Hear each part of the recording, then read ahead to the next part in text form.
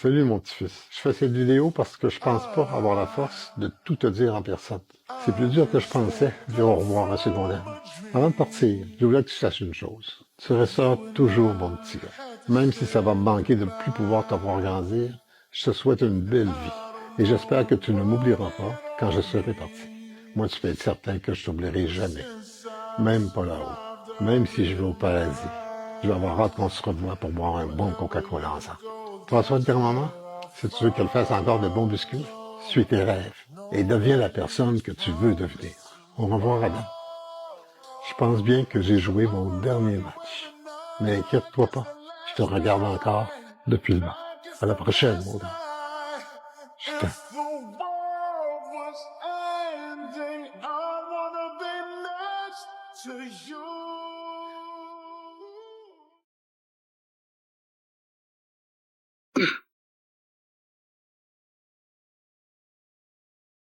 Et merde, je t'ai eu. La balle se dirige directement dans ma tête. C'est un bon tir. Désolé, c'est pour ça qu'on est là. N'est-ce pas? C'est pas personnel, je te le promets. C'est ta première fois à la guerre? Ouais. Je suis arrivé hier. Non, que t'enlèves la vie d'un autre. Tu vas être mon premier. Tu vas voir. Le premier, c'est toujours le plus dur. Après, on s'y fait. Ah ouais? On s'y fait? Pas vraiment. Mais ta première victime, tu vas toujours t'en rappeler. Même de retour à la maison. Si tu survis de la guerre, bien entendu. Bien sûr que je vais survivre. Je disais la même chose que toi il y a moins de 5 minutes. On sait jamais quand notre fin viendra. Ça fait des mois que je me bats ici. Je pensais pas y laisser ma vie aujourd'hui. Pas après tout ce temps. Moi, c'est seulement mon deuxième jour. J'ai été inattentif. Je pensais pas qu'il y avait des tueurs dans la zone. On vient juste de m'envoyer par ici pour vous prendre par surprise. Ça a marché. C'est normal que je commence à avoir mal au cœur. Tu vas voir, le plus dur est encore à venir. Quand tu vas retourner à ta base et que tes camarades vont apprendre que t'as abattu un homme à plus de 200 mètres, tout le monde va te féliciter. J'ai abattu un homme, y a rien à célébrer. T'as enlevé la vie d'un soldat ennemi, d'une bête sans cœur, d'un monstre dangereux. C'est pas une mauvaise chose. Ça, c'est ce qu'on essaie de nous faire croire. On n'arrête pas de nous dire que vous êtes rien que des hommes cruels et inhumains. C'est la même chose de vous de mon côté. T'as pas l'air d'un monstre, toi? Les vrais monstres, c'est ceux qui se disputent au chaud dans leur beau bureau puis qui décident de nous envoyer au front se battre. Pas nous. J'aurais dû te laisser vivre, tu savais même pas que j'étais là. Tu pouvais pas. C'est ton devoir de te battre pour ton pays et d'éliminer les ennemis. T'aurais désobéi aux ordres de ton sergent si t'avais pas fait feu de toute façon. Tu es par surprise en plus. T'as déjà tiré. Ça sert à rien de s'en faire. Tu dois continuer d'aller de l'avant maintenant. La guerre n'a pas de pitié. Si tu réfléchis trop, c'est toi qui vas se faire buter. C'est juste que je sais que j'aurais pu te tirer sur la jambe ou sur le bras. T'aurais peut-être survécu. Crois-moi, je préfère partir d'un coup que de souffrir en me vidant lentement de mon sang. T'as une famille? Une femme? Des enfants? Ouais. Fais-toi-en pas, c'est pas de ta faute. Moi, j'ai 19 ans, j'ai personne. Pourquoi c'est moi qui s'en sort? Personne s'en sort vraiment de la guerre. On meurt tous petit à petit, ici. À chaque balle qu'on tire, à chaque vie qu'on enlève, c'est une partie de notre humanité qui est emportée à jamais. Fais-toi-en pas. Tu m'as l'air d'un brave homme. Je te souhaite bonne chance pour la suite. Adieu, mon ami. Attends!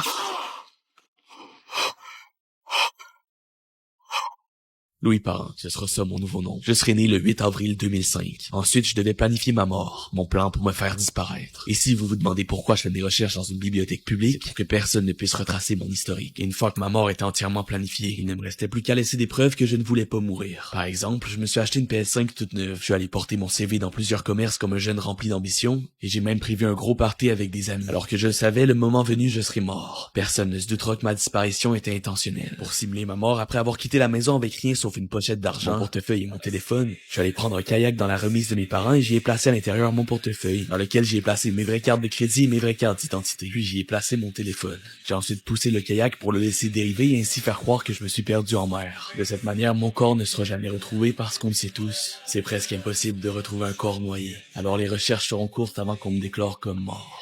Simple et efficace. Bonjour, je venais pour porter plainte.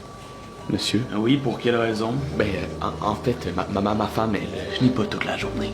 Ouais, désolé. En fait, ma femme, elle est violente. Et alors? Elle me frappe. Elle vous frappe? Ouais, regardez, c'est elle qui m'a fait ça. Pas vous riez. Votre femme vous frappe? C'est ce que j'essaie de vous dire. Et vous venez porter plainte pour ça? Ouais. Y a quoi? Elle vous frappe souvent ou juste des fois? Je dirais presque à chaque jour. Pourquoi? Vous la trompez. Quoi? Il doit bien avoir une raison. Peut-être, mais ça excuse pas la violence. Vous ne faites rien en maison, c'est ça? Vous vous occupez pas du ménage? Vous savez, de nos jours, faut s'impliquer, faut que tout soit égal, sinon ça se fâche. Non, c'est pas ça. On peut plus juste travailler maintenant, faut aussi faire le ménage, faire la cuisine, puis plier le linge. Mais qu'est-ce que vous... On s'en fout. La raison, c'est juste illégal de frapper quelqu'un. Ben, c'est pas non plus légal de se disputer une fois de temps en temps. Vous savez, dans un couple, c'est anodin ce genre d'histoire. Monsieur, c'est pas juste une petite dispute que je vous parle, là. C'est de la vraie violence. C'est pas la première fois que ça arrive, c'est récurrent. Vous seriez venu plus tôt si c'était si pire que ça. Pourquoi vous me riez d'en face comme ça? Si je suis pas venu plus tôt, c'est parce que je voulais accumuler le plus de preuves pour justement qu'on me prenne au sérieux pour une fois. Tout le monde pense que j'exagère, mais qu'est-ce que je suis censé faire? La frapper en retour pour que tout s'arrête miraculeusement parce que c'est moi qu'on va envoyer en prison? Votre femme vous a giflé puis vous venez faire la victime à la police. Comment voulez-vous que je vous prenne au sérieux? Gifler? Bah, façon de parler. Quel genre de gifles font des marques comme ça?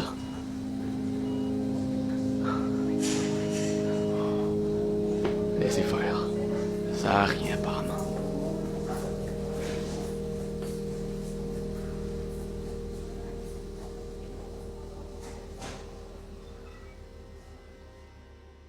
S'il vous plaît, monsieur, j'ai un enfant à nourrir. Désolé, mais il reste plus rien, tout est parti. Plus rien, faut revenir demain.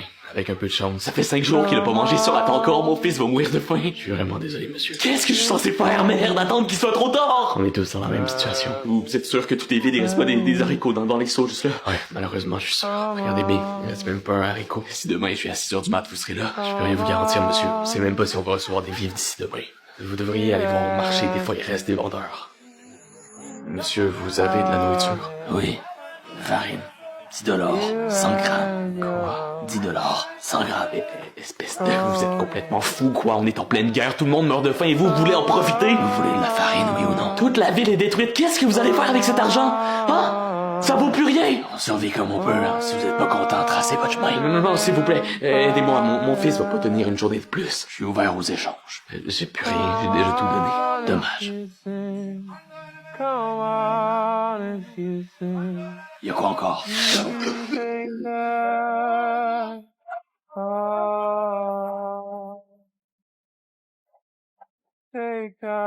Tiens, mon gars. Mais papa, Mange. Fais ce que je te dis. toi, De quoi, moi? t'as pas faim? Ça va aller. J'ai goûté, ça fait 10 jours que t'as pas mangé. Est-ce que t'es malade? Allez. Arrête de parler. Mange. Ton père va bien. Ne t'inquiète pas pour lui.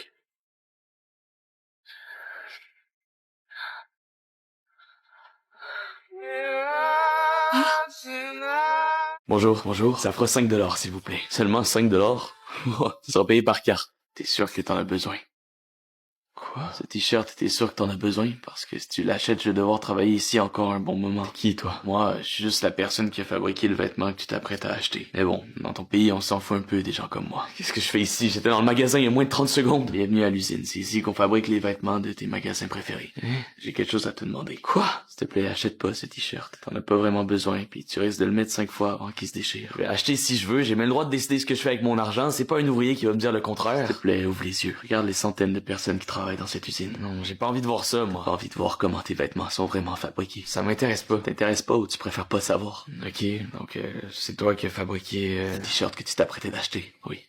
Cool, bravo, c'est du bon travail, ça a dû être long. J'en fais 300 par jour des t-shirts comme ça. 300? C'est le minimum que je dois faire si je veux être payé. C'est impossible de fabriquer 300 t-shirts en 8 heures. Je te dis que mes journées de travail duraient juste 8 heures. Il coûte combien de t-shirts dans ton magasin? 5 $. Tu t'es déjà demandé pourquoi il coûtait seulement 5 $.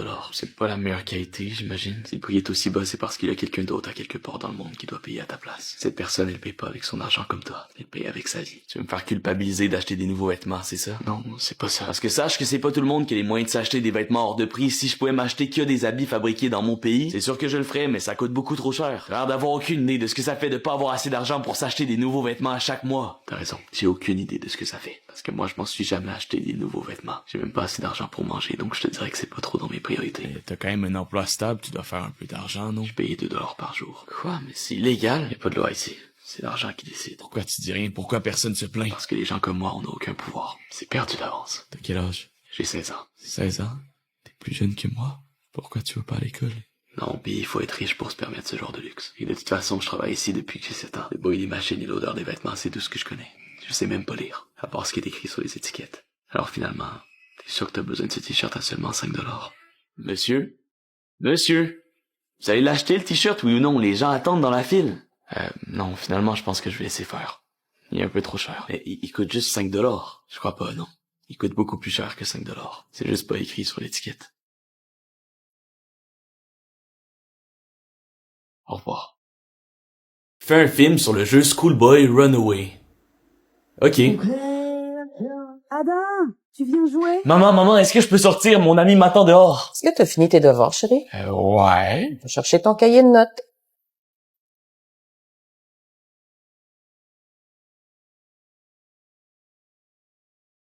Un F! On t'envoie pas à l'école pour rien. T'es privé de sortie, Adam. Va dans ta chambre étudier. Adam, il va pas jouer avec toi aujourd'hui. Retourne chez vous. Faut que je trouve un moyen de sortir d'ici. Je vais fuguer de chez moi. Je vais m'enfuir de cette maison de fous qui veulent m'obliger à gâcher ma vie. Pour ça, il me faut un plan, une stratégie. D'après mes calculs, la porte la plus près de ma position est celle qui mène vers la cour arrière. Elle est à une distance de 5 mètres de moi. Ce qui veut dire que je vais devoir tout faire pour trouver la clé qui permet d'ouvrir cette porte. Et ce, sans me faire remarquer par mon père et ma mère.